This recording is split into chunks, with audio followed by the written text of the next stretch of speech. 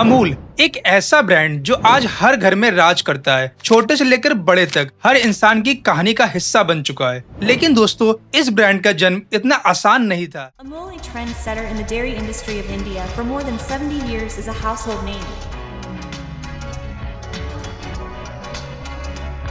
Dr. Kurion's dream and vision for Indian dairy has made India one of the largest producers of milk in the world. Our story begins in the early 1940s. Friends. ये सिर्फ एक company की कहानी नहीं है, बल्कि उन किसानों की मेहनत, उनके संघर्ष और उनके सपने की कहानी है। बात है 1940s की, और इस समय शुरू हुई एक ऐसी कहानी जो आज हर घर में टेस्ट ऑफ इंडिया के नाम से जानी जाती है, अमूल। लेकिन दोस्तों, अमूल का सफर इतना आसान नहीं था। उस वक्त इंडिया दूध के मामले में बिल्कुल गरीब था। शहरों में दूध की डिमांड बढ़ रही थी, लेकिन गांव के किसानों के पास अपना दूध बेचने का कोई सही रास्ता नहीं था। और इसी खाली जगह को भरने के लिए उभर कर एक नाम सामने आया, पॉल्सन। पॉल्सन की शुरुआत 1915 में एक पारसी बिजनेसमैन पेस्तोनजी इदौलजी पॉल्सन ने की थी। शुरुआत में कंपनी कॉफी के लिए मशहूर हुई, लेकिन धीरे धीरे बटर और डेयरी प्रोडक्ट्स का अंग्रेजों का फेवरेट ब्रांड बन गई। और 1920s-30s तक आते आते पॉल्सन बटर ब्रिटिश इंडिया के इलाइट लोगों का सिंबल बन चुका था। बॉम्बे के क्लब्स, होटल्स और ब्रिटिश हाउस होल्ड्स में सिर्फ एक ही नाम राज करता था, पॉल्सन बटर।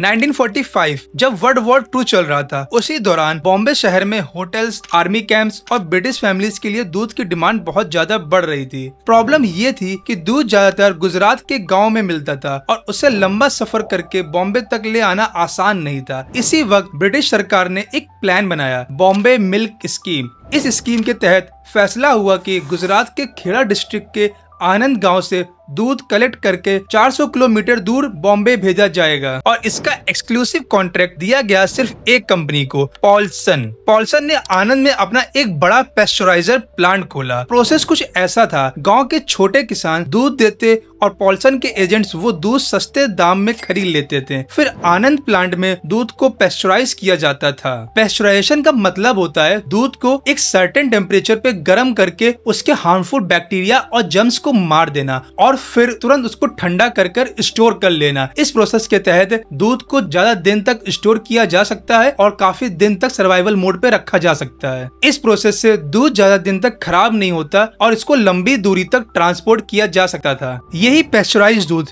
फिर ट्रेन के जरिए बॉम्बे भेजा जाता था। लेकिन दोस्तों, प्रॉब्लम अभी भी वही थी, किसानों को उनके ही दूध का सही दाम नहीं मिलता था। पॉल्सन के मिडल मैन उन्हें मजबूर करते थे, कम दाम देते थे और पैसे भी लेट से देते थे।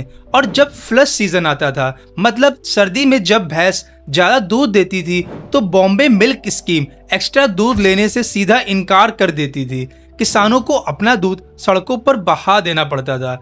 परेशान होकर किसान अपने लोकल लीडर त्रिभुवन दास पटेल के पास जाते हैं और उन्हें अपनी समस्या बताते हैं। उन्होंने किसानों को सलाह दी कि आप अपनी बात सरदार वल्लभ भाई पटेल तक लेकर जाइए। सरदार पटेल, जो आयरन मैन ऑफ इंडिया कहलाते थे, जिनको किसानों का मसीहा बोला जाता था और जिनके सामने अंग्रेज भी कांपते थे, उन्होंने किसानों को सीधा समझाया, अगर तुम अपना हक चाहते हो तो अपना एक कोऑपरेटिव बनाओ।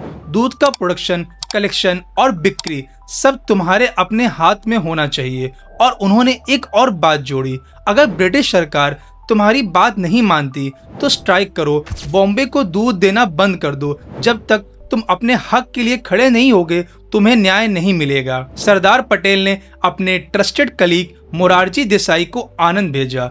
मोरारजी ने लीडरशिप त्रिभुवन दास पटेल को दी, जो कि फार्मर मूवमेंट्स के गाइड बन गए। त्रिभुवन दास पटेल जब फार्मर मूवमेंट्स के गाइड बने तो उन्होंने गांव-गांव जाकर किसानों को एकजुट किया। उन्होंने समझाया कि अगर आप सब मिलकर अपना एक कोऑपरेटिव बनाएंगे तो पॉल्सन जैसे मिडलमैन का राज खत्म हो जाएगा। और धीरे धीरे हर गांव का किसान इस आंदोलन का हिस्सा बन गया। खेड़ा के किसान फिर सीधे ब्रिटिश सरकार के पास गए और उन्होंने अपनी डिमांड रखी, हम दूध पॉल्सन को नहीं देंगे, बल्कि अपना एक कोऑपरेटिव बनाकर दूध डायरेक्टली बॉम्बे मिल्क स्कीम को सप्लाई करेंगे। लेकिन ब्रिटिश सरकार ने तुरंत मना कर दिया, क्योंकि कॉन्ट्रैक्ट पॉल्सन के पास था। यहीं से किसानों का गुस्सा और संघर्ष और तेज हो गया। फिर 1946 में किसानों ने दूध देना बंद कर दिया और 15 दिन का मिल्क स्ट्राइक किया। बॉम्बे के होटल्स, क्लब्स और आर्मी कैंप्स एकदम से हिल गए। प्रेशर इतना बढ़ गया कि ब्रिटिश सरकार को फार्मर का प्रपोजल मानना पड़ा और दिसंबर 1946 में फाउंडेशन रखी गई Kaira district cooperative milk producers union limited KDC-MPUL। ये कोऑपरेटिव बनाया गया एक पावरफुल स्ट्रक्चर के साथ 3 टायर सिस्टम, जिसमें पहले विलेज सोसाइटी दूध कलेक्ट करती और क्वालिटी चेक करती। दूसरा डिस्ट्रिक्ट यूनियन दूध को पेस्चराइज करके प्रोडक्ट्स बनाता और प्रोसेस करता। तीसरा स्टेट फेडरेशन, जिसका काम था मार्केटिंग और डिस्ट्रीब्यूशन। कोऑपरेटिव का रूल सिंपल था, 1 मेंबर 1 वोट। छोटा हो या बड़ा किसान, सब बराबरी के साथ ही थे। जब शुरुआत हुई तब सिर्फ 432 किसान जुड़े थे और रोज 5000 लीटर दूध सप्लाई करते थे। लेकिन यही छोटी शुरुआत आगे चलकर एक क्रांति बन गई। समस्या अभी भी खत्म नहीं हुई थी। फ्लश सीजन में दूध ज्यादा होता, लेकिन बॉम्बे मिल्क स्कीम एक्स्ट्रा दूध लेने से इनकार कर देता था। किसानों को अभी भी दूध सड़कों पर बहा देना पड़ता था। इसी वक्त आनंद आए एक young engineer, doctor Verghese Kurien. Doctor Kurien ने ग्रेजुएशन लॉयोला कॉलेज मद्रास से की थी और फिर टाटा स्टील के स्कॉलरशिप पर मैकेनिकल इंजीनियरिंग की मास्टर डिग्री से मिशिगन स्टेट यूनिवर्सिटी USA से कंप्लीट की। उनकी गवर्नमेंट स्कॉलरशिप में एक शर्त थी कि उन्हें इंडिया लौटकर 5 साल तक डेयरी सर्विस करनी होगी। इसीलिए 1945 में उनकी पोस्टिंग हुई आनंद के एक गवर्नमेंट क्रीमरी में। शुरू में उनका आनंद में रहने का बिल्कुल मन नहीं था। वो बॉम्बे लौटना चाहते थे, लेकिन वहीं उनकी मुलाकात होती है त्रिभुवन दास पटेल से। त्रिभुवन दास ने उन्हें किसानों की असली समस्या समझाई। दूध ज्यादा होता था, लेकिन उसे बेचने का कोई सही तरीका नहीं था। ये सुनकर डॉक्टर कुरियन ने डिसाइड किया कि वो किसानों के साथ मिलकर उनकी प्रॉब्लम सॉल्व करेंगे। डॉक्टर कुरियन ने अपनी टेक्निकल एक्सपर्टीज लगाई, लेकिन असली ब्रेक थ्रू आया उनके कलीग हरिश्चंद्र मेघा दलाया। उस वक्त ये माना जाता था कि भैंस के दूध से मिल्क पाउडर बनाना इम्पॉसिबल है और गुजरात में मोस्टली भैंस ही होती थी। HM दलाया ने रिसर्च करके पहली बार भैंस के दूध से मिल्क पाउडर और कंडेंस्ड मिल्क बनाया। इस डिस्कवरी ने किसानों की सबसे बड़ी प्रॉब्लम सॉल्व कर दी। अब फ्लश सीजन में जो दूध ज्यादा होता था उसे पाउडर और कंडेंस्ड मिल्क बनाकर साल भर स्टोर और बेचा जा सकता था। और इसी के साथ एक और माइलस्टोन आया। 31 अक्टूबर 1955 सरदार पटेल के जन्मदिन पर आनंद में एशिया का सबसे बड़ा मिल्क प्लांट इनॉग्रेट किया गया। दोस्तों, जब कोऑपरेटिव के सारे प्रोडक्ट्स मार्केट में लॉन्च के लिए तैयार हो गए, तब एक बड़ी जरूरत महसूस हुई। एक ऐसा नाम जो इन्हें पहचान दे। नाम सिर्फ दूध या बटर का ना हो, बल्कि किसानों की मेहनत और उनके सपने को भी दिखाए। इसीलिए डिसाइड किया गया नाम अमूल। ये नाम 2 वजह से रखा गया था। अमूल्य संस्कृत का शब्द जिसका मतलब है अनमोल, जैसे किसानों के लिए उनका दूध सिर्फ एक प्रोडक्ट नहीं बल्कि उनकी रोजी रोटी और इज्जत था। और दूसरा मतलब था आनंद मिल्क यूनियन लिमिटेड, मतलब आनंद के किसानों का अपना दूध यूनियन अमूल। लेकिन दोस्तों, कहानी यहीं खत्म नहीं होती। जब अमूल ने अपना फ्रेश बटर मार्केट में लॉन्च किया तो लोगों को उसका टेस्ट पसंद ही नहीं आया। मार्केट में अभी तक एक ही नाम का राज था, पॉल्सन बटर। पॉल्सन अपना बटर पुरानी बासी क्रीम से बनाता था, क्योंकि उस वक्त फ्रिज आम घरों में होता ही नहीं था। इसीलिए बटर को प्रिजर्व करने के लिए उसमें एक्स्ट्रा नमक मिलाया जाता था। इसी वजह से पॉल्सन बटर का टेस्ट थोड़ा खट्टा नमकीन होता था और बॉम्बे के लोगों को इसके टेस्ट की आदत लग गई थी। उन्हें पॉल्सन का खट्टा नमकीन फ्लेवर इतना फैमिलियर था कि जब अमूल ने अपना फ्रेश और माइल्ड बटर लॉन्च किया तो ज्यादा लोगों को वो पसंद ही नहीं आया। अमूल के लिए ये एक बड़ा चैलेंज था। बटर फ्लॉप होता दिख रहा था। तभी अमूल ने लिया एक बोल्ड डिसीजन। उन्होंने अपने बटर में थोड़ा नमक मिलाना शुरू किया और बस फिर क्या था, फ्रेशनेस और नमकीन टेस्ट का परफेक्ट कॉम्बो बन गया। अमूल बटर ने मार्केट में धमाका कर दिया और धीरे धीरे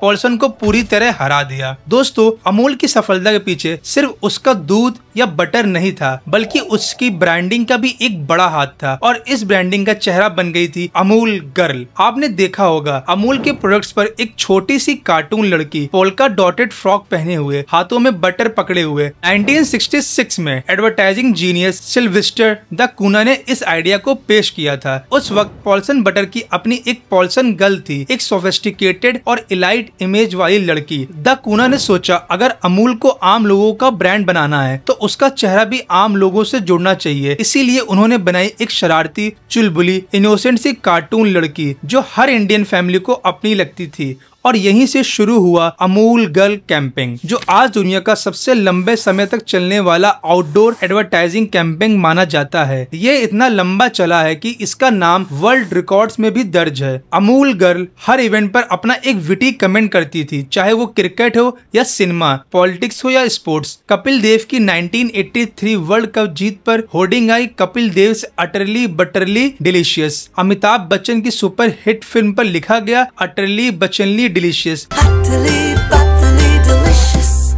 और हर नए प्राइम मिनिस्टर या बड़ी पॉलिटिक्स खबर पर अमूल गर्ल अपना एक बोल्ड लेकिन फनी ओपिनियन देती थी। दोस्तों, उस जमाने में जब एडवर्टाइजिंग सेफ और बोरिंग होती थी, अमूल गर्ल एकदम अलग थी। वो आम इंसानों की आवाज बन गई जो ह्यूमर के जरिए देश की बड़े सी बड़ी बात कह देती थी। और इसी वजह से अमूल गर्ल सिर्फ एक मस्कट नहीं बल्कि एक कल्चरल आइकन बन गई थी। आज भी जब भी कोई नई खबर आती है, लोग पहला सवाल करते हैं, इस पर अमूल क्या बोलेगा। फिर आया साल 1917। डॉक्टर कुरियन को पूरे देश का लीडरशिप दिया गया एक नए प्रोग्राम का, ऑपरेशन फ्लड। ये दुनिया का सबसे बड़ा डेयरी डेवलपमेंट प्रोग्राम था। इसके लिए यूरोपियन इकोनॉमिक कम्युनिटी EEC ने डेयरी प्रोडक्ट्स डोनेट किए और वर्ल्ड बैंक ने फंडिंग दी।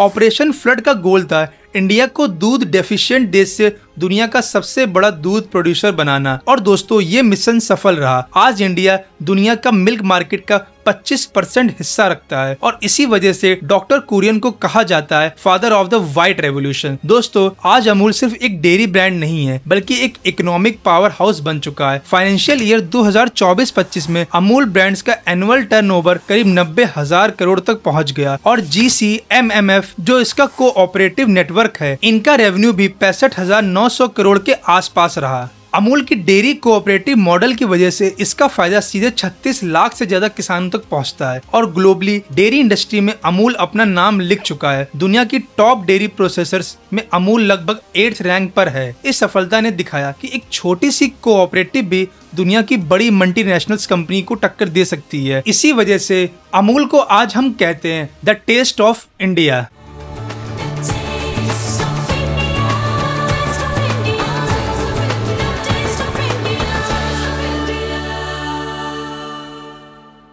हेलो दोस्तों, अगर आप ये देख रहे हैं तो इसका मतलब कि आप वीडियो के एंड तक पहुंच गए हैं और आपने ये वीडियो पूरी देखी है। अगर आपको ये डॉक्यूमेंट्री अच्छी लगी हो तो प्लीज़ मुझे कमेंट में जरूर बताइएगा। और इस वीडियो में आपको क्या कमी लगी है और क्या गलती थी मुझसे, प्लीज़ वो भी मुझे कमेंट में बताइएगा ताकि मैं अगली वीडियो में उसको सुधार सकूं। और अगर आप इस चैनल पे नए हैं तो प्लीज़ चैनल को सब्सक्राइब कर लीजिएगा नेक्स्ट वीडियो के लिए और बने रहिएगा इस चैनल पे और ऐसी नई नई डॉक्यूमेंट्रीज देखने के लिए।